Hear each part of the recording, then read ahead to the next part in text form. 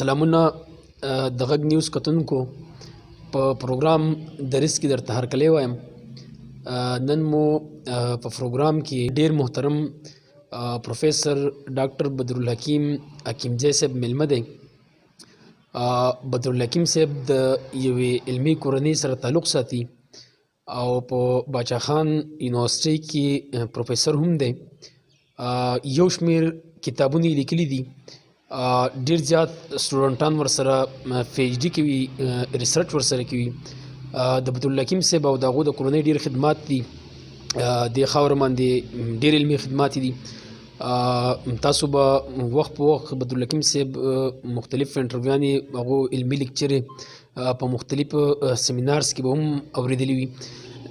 بدرالحکیم صاحب په طبقاتي استحصال باندې هم مختلف وختونو کې لیکونه کړي دي. هم نن به ورسره موږ په دغه موضوع باندې یو څو خبرې کوو. د ټولو نه وړومبی حکیمزی صاحب تاسو ته په پروګرام دریس کې هرکلی وایم. موږ وړومبۍ پوښتنه دا ده چې طبقاتي استحصال څه شی دی؟ یو عام وګړی به په دې باندې څنګه پوهېږي؟ موږ دا لفظ ډېر زیات اورو، خو یو عام کس به موږ په دې باندې څنګه پوهېږو چې دا څه شی دی؟ که تاسو دغې باندې لږه خبره وکړئ. استحصال خو د عربۍ ژبې ټکی دی چې په انګریزۍ کې دې ته ایکسپلایټیشن وایي، په پښتو کې موږ دې ته زبېښاک وایو. سابقه خو ډېره پخوانۍ ده چې کله انسان په کمیون کې و، شریک تنوري چلاو، په شریک احکار کاو، نه پکې مشر و نه پکې کشر و، نه پکې د واک خاوند څوک و نه پکې بې واکه و. خو ویلی کېږي چې په دغه ټولنه کې چې بیا د مټ کم زورور کس و، هغې دا خواهش ښکاره کړه چې د خپل مټ په زور باندې د نورو د ګټې نه ناروا فایده واخلي، یعنې په بل باندې محنت وکړي او په خپله د ځان لپاره استعمال کړي. او دغه سوچ مخکې هله لاړ چې دغه قبیلوي ژوند یا د کمیون ژوند چې د لوږې سره یا د خانه جنګۍ سره یا د کم بل قدرتي افت سره مخامخ کېږي او په بل کمیون یا په بله معاشره یا په بله قبیله باندې حمله کوي، په نتیجه کې غلامان نیسي، نارینه غلامان کوي او ښځې د هغې نه وینځو جوړوي او بیا د هغې سره چې کومه غله تیاره پرته ده یا څاروی ورسره د هغه وخت لویه شتمني وه، هغه ترې لوټ او تالان پې کوي او هغه ترې ځان په خپل ولقه کې اخلي. دا قبیلوي استحصال شروع شو، یعنی یوه قبیله د بلې قبیلې د محنت د هغې ملکیت او هغه ترې په ناروا طریقه باندې اخلي او په خپله قبضه کوي او په خپل کار یې راولي. بیا دغه قبیله چې په خپله باندې کومه بالادسته قبیله جوړه شوه او دا بل وهلې شوې قبیله یې غلامه کړه، نو په دې قبیله کې هم د مټ خاوندان په دې باندې ورسېدل چې څنګه چې موږ قبیله طاقتوره وه او موږ د دغه کمزورې قبیلې په مال جایداد ژوند عزت په دې باندې لاس بری بیا مون، نو ولې د مټ په طاقت باندې د دې حاکمې قبیلې واک او اختیار ولې وانغستی شي؟ نو په دغه قبیله کې چې کوم د لوړ غرګي خاوند او د ښه مټ خاوند و، هغه لګېدلی دی بیا په دغه لوټ شوو څاروو کې زیاته برخه اخیستې ده. هغه زنانه چې دوی په غلامۍ راوستي دي هغې کې ګڼ تعداد ځان ته ټاکلی دی، غلامان یې پکې نسبتا زیات اخیستي دي. او بیا په دغه قبیله کې چې کوم د کروندې یا د ځناورو حاصلاتو په هغې کې د زیاتې برخې مطالبه کړې ده او په زور یې اخیستلې ده. د دې سره سره بیا د پام هم کړی دی چې دا طاقت چې کوم د مټ په زور باندې لاس ته راغلی دی دا دی د ده په کور کې پاتې شي. نو د کور تصور مخې ته راغلی دی، د ودونه باقاعده شروع شوي دي، اولادونه شروع شوي دي او نسلونه شروع شوي دي، او بیا دغه طاقت په دغه کورنۍ کې د منتقل کېدو یو تصور مخې ته راغلی دی. دغه خاصه کورنۍ چې په دغه قبیله کې زوروره شوې ده او طاقتوره شوې ده، نو بیا دې دا هڅه کړې ده چې په خپل سلطنت کې نوره اضافه وکړي. دې د دغه خپلو غلامانو یا لاسلان د قبیلې نه لښکرې جوړې کړي، د ځان ته د بادشاه یا د نواب خطاب ورکړی دی او دې په بله قبیله باندې حمله کړې ده، داسې په بله پسې کړې ده، د یو نیم ځمکې نیولي دي، د بل نیم ځمکې نیولي دي او دغسې د ریاست یو شکل اختیار کړی دی او دې د دغه ریاست د حکمران په حیثیت باندې مخې ته راغلی دی. د خپل ریاست د قایم ساتلو دپاره د بیا نور مټور کسان د ځان ملګري کړي دي، څوک د جرنیلانو په شکل کې، څوک د وزیرانو په شکل کې، څوک د مقامي جاګیردارو او د مثال د ځمکواکانو په شکل کې یوه پوره ډلګۍ د ځان سره ساتلې ده او یو باقاعده سلطنتونه یې جوړ کړي دي او دغه سلطنتونه بیا خپلې کورنۍ ته منتقل کړي دي او پلار په نیکه باندې دغه بادشاهي د 900 د کړوسو پورې غځولې ده او بادشاهي نظام په وجود کې راغلی دی. خو دا خبره په یاد کې ساتل پکار دي چې دغه ظلم او زیاتۍ چې یو کس کړی دی او د ځان سره دغسې زوروره ډلې نورې اخیستې دي، دوی د یوازې د خلکو په جایداد باندې قبضې نه کولې، دوی یوازې د خلکو د محنت ناروا ګټه نه اخیسته بلکې دوی د خلکو د جذباتو دپاره هم لارې چارې لټولې. لکه مثال زموږ سره د فرعون او د نمرود موجود دی چې دغه بادشاهانو د خپل طاقت د قایم ساتلو دپاره او په خپله کورنۍ کې د ځان د دغه واک او اختیار ساتلو دپاره په ځان باندې روحاني نومونه ایښودي، ځان ته خدایان ویلي دي. دا د دې خاطر چې د خلکو په جذباتو باندې د خلکو په زړونو باندې هم قبضه وکړي، یعنې د خلکو نه د سوچ استحصال هم کړی دی، سوچ یې هم لوټلی دی، د هغې فکري صلاحیتونه یې هم لوټلي دي او هغې نفسیاتي طور هم د دباو لاندې راوستي دي او دغه څیز له بیا د مذهب رنګ ورکړی دی. خو دا خبره ده چې په هر فرعون پسې موسی پیدا کېږي، همدغسې نیکان خلق د پیغمبرانو په شکل کې دانشوران خلق، فلسفران خلق چې هغه په دې باندې پوهېدل چې دا استحصال ډېر زیات ناروا روان دی، هغې راپاڅېدلي دي او د دې خلاف یې تحریکونه چلولي دي. لکه هغه مذهبي تحریکونه چې د الله تعالی د خوا نه د انسان د هدایت لپاره راله، د موسی علیه السلام په شکل کې، د سلیمان علیه السلام په شکل کې، د عیسی علیه السلام په شکل کې، د رسول علیه السلام په شکل کې، او دغه ځپلې طبقې راټولې کړې او کوشش وکړو چې هغه نظام مات کړي، کم نظام چې په ظلم ولاړ دی، په استحصال ولاړ دی او په لوټ او تالان باندې ولاړ دی.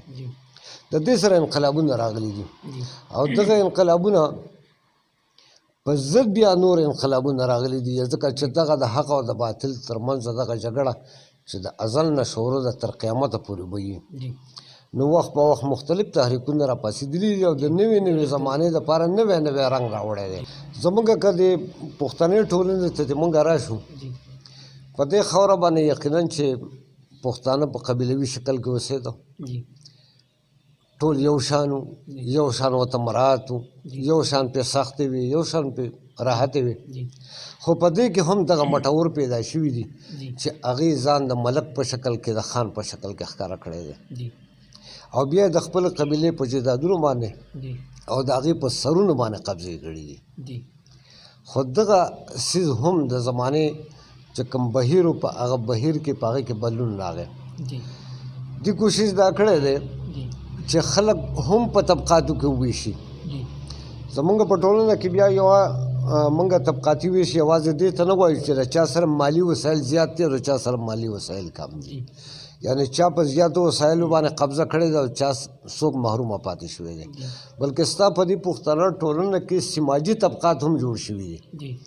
دلته چې کوم خلک یعنې بې وسایلو شوی دی، د هغه وسایل لوټلی شوي دي، ځینو خلکو پې قبضه کړې ده، نو دا خلک کې په شودر او برهمن کې هم ویشلي دي. مونږ دلته عزتونه په طبقاتو کې وویشل، دلته مونږ حیثیتونه په طبقاتو کې وویشل. دا هم یو طبقاتي نظام دی او دا هم یو استحصال دی چې د دغه ولس کېده. خو یوه خبره د ډاډ خبره دا ده چې کله تعلیم مخې ته راځي، کله روښانتیا مخې ته راځي، نو خلک په دې پوهېږي چې غوره او ټینګ څنګه الله تعالی وایي چې د تقوا په بنیاد دی، نو موږ په دې پوهېږو چې د صلاحیت په بنیاد باندې غوره او ټینګ مخې ته راځي. تاسو خو خبره وکړه، خو موږ که وګورو زموږ په ټولنه کې عام وګړي ته دا پته نشته چې داسې استحصال شوی دی. موږ که اورو عموما دا خبره په اورېدلو کې راځي چې دا قسمت دی، چا سره څنګه چاله څنګه مطلب بعضې موږ ګورو چې چا سره ډېر اختیارات دي، ډېر وسایل دي، ورسره تاسو وکتل چې هغو د نورو خلکو حقونه لوټلي دي. خو موږ ته عموما دا ویل کېږي چې دا د قسمت خبرې دي، دا مطلب دغه شانتې دي. دغې خبرې تاسو په څه نظر ګورئ چې زموږ خلک اوس هم دغې خبرونه ناخبرې دي، دغه څه ولې کې دي؟ زما خپل داسې خیال چې دا د علم د کمي وجه ده. یعنی یو سړي له الله تعالی ټولو انسانانو ته صلاحیتونه ورکړي دي، چاته یو صلاحیت ورکړی، چاته بل ورکړی دی. خو د دغه صلاحیت ته په کار راوستو دپاره یو مناسب نظام پکار دی. یعنی داسې چاپېرچل پکار دی چې یو کس الله تعالی د ډاکټر صلاحیت پکې پیدا کړی دی چې د ډاکټر شي، که په چا کې د استاد پیدا کړی دی چې د استاد شي، په چا کې د پوجي پیدا کړی دی چې دا پوجي شي. خو که موږ دغه ماحول ورنه کوو او دی په دغه زاړه نظام کې پاتې شو، په زاړه حال باندې پاتې شو، نو که دا پیړۍ په پیړۍ دغسې پاتې شي نو د دا نفسیات جوړ شي چې په موږ کې یا دا صلاحیت نشته، یا زموږ نصیب خوار دی، یا الله تعالی موږ ته په څه خبره باندې غصه دی، یا زموږ عملونه دومره ناکاره دي چې د هغې موږ ته سزا میلاویږي. حالانکې داسې نه ده. الله تعالی غواړي چې د ټوله ټولنه کې د هر چا ته تقسیم کار وکړي، څوک ډاکټر کی، څوک انجینیر کی، څوک زمیندار کی، څوک ډرایور کی، څوک چاته بل کار حواله کی. خو هغه صلاحیتونو مطابق زموږ په ټولنه کې مثال هغې ته مواقع په لاس باندې نه ورکړی کېږي. که دغسې ځینې ترقي یافته ملکونه په دنیا کې شته چې په هغې کې دغه موقع ورکړی شوي دي، نو هلته بیا خلک په دې باندې یقین نه کوي چې زما نصیب خراب دی یا زما صلاحیتونه کم دي. زمونږ په معاشره کې استحصال روان دي، شکلونه یې بدل شوي دي. پخوا به خلک ډایرکټ راتلل قابض کېدل به، اوس یې شکلونه بدل شوي دي. نو موږ ګورو چې بیا هم د احتسال روان دی، خو موږ خلکو ته بیا هم پته نه لګي چې موږ د دغې مخنیوی وکړو. داسې څنګه به موږ خلکو ته عامو خلکو ته پته ولګي چې یاره د دو د رای استحصال کېږي، د دو د سوچ استحصال کېږي، او څنګه به د دې مخنیوی ستاسو په خیال باندې ممکن وي؟ زمونږ یوازې دا نه چې د مور او پلار ذمهواري په دې کې جوړېږي یا د تعلیمي ادارې جوړېږي، د ګڼو کسانو په دې کې کار دی. لکه مثال د ټول نه زیات پکې ستاسو دی، د ځوانانو چې هغه ستړي سرکلي وکړي، په دې باندې د ځوانانو تنظیمونه جوړ کړي او هغې ته به باقاعده شعوري طور دا پوهه ورکړي چې زمونږ ټولنه څنګه جوړه شوې ده، ښېګړې او بدګړې څنګه دي، او د بدمرغو نه به ځان څنګه خلاصو. دا په سکول کې او په کالج کې زمونږ ټیچر دی، هغه د خپل سټوډنټان پوهه کړي. که دا زمونږ سره مثال ډاکټر ناست دی، هغه د خپل عمل سره کینی او په دې د صلاح وکړي چې دلته ورځ د ورځ ناروغان ولې سیوا کېږي او د هغې په مقابل کې سهولتونه ولې کمیږي. دا راز سره په دې د خپل عمله پوه کړي. یو پلار په کور کې ناست دی، خپل بچیو سره ماښام ناست دي، په ځای د دې چې نورې خبرې غیر ضروري کړي په دې باندې بحث وکړي چې ورځ د ورځ په ما نرخونه ولې خیږي، دا نرخونه څوک خیږي، زما مدن څوک کمزوره کوي، زما د ژوند معیار ولې راغورځېږي، د دې شاته څه محرکات دي، په دې باندې هغه بچو له تربیت ورکړي. دا زمونږ د جوماتونو کې چې کوم عالمان ناست دي، د خپلو جمعې په خطبو کې یا په نورو خپلو خطابونو کې عوام په دې باندې پوه کړي چې ستاسو استحصال څوک کوي، څنګه پته خلاصېږي، په دې کې د فرد څه کردار دی، د اجتماع څه کردار دی. زما سیاسي لیډر چې کوم رښتونی سیاسي لیډر دی او د قوم مثال د قوم نماینده دی، هغه د په خپلو جلسو او جلوسونو کې په ځای د دې چې د نورو پارټو مذمت کوي یا د هغې بده وایي، په دې مسایلو د خلکو آګاهي پیدا کړي. زما مراد دا دی چې د ټول نه زیات کار چې په دې کې ممکن دی او یعنې ډېر ګټور دی، هغه د ژورنالست دی، یعنې هغه د صحافي دی. د صحافي اواز د هر چا غوږ ته ورسي، د صحافي اواز غیر جانبداري. صحافي د چا ملګری نه دی، هغه د انسان ملګری دی، هغه د انصاف او د حق ملګری دی. هغه د خپل قلم داسې وچلی په خپله رساله او اخبار کې، هغه د خپل نور چې کوم د هغه سره میډیا ده، که ټلویزیون دی که ریډیو دی، که هغه سره نن سبا د سوشل میډیا ده، دا د په دې طریقه وچلی چې یوازې ساتیري دې موږ ته مخ ته رانه وړي بلکې زموږ په پوهه کې دې اضافه وکړي زموږ په شعور کې خصوصا زموږ تنقیدي شعور دی هغه زیات بیدار کړي. مننه بدرالحکیم صاحب. تاسو کتونکو بدرالحکیم صاحب په دې موضوع ډېرې پرلهپورې خبرې وکړې. زموږ د ننني پروګرام ټایم سرته رسي هم د دغسې پروګرامونو دپاره به موږ کوشش کوو چې داسې علمي شخصیتونو سره کینو وخت په وخت به ورسره مرکې کوو په مختلفو موضوعاتو به ورسره خبرې کوو هم تر بل پروګرامه پورې درنه اجازت غواړو. د الله په امان.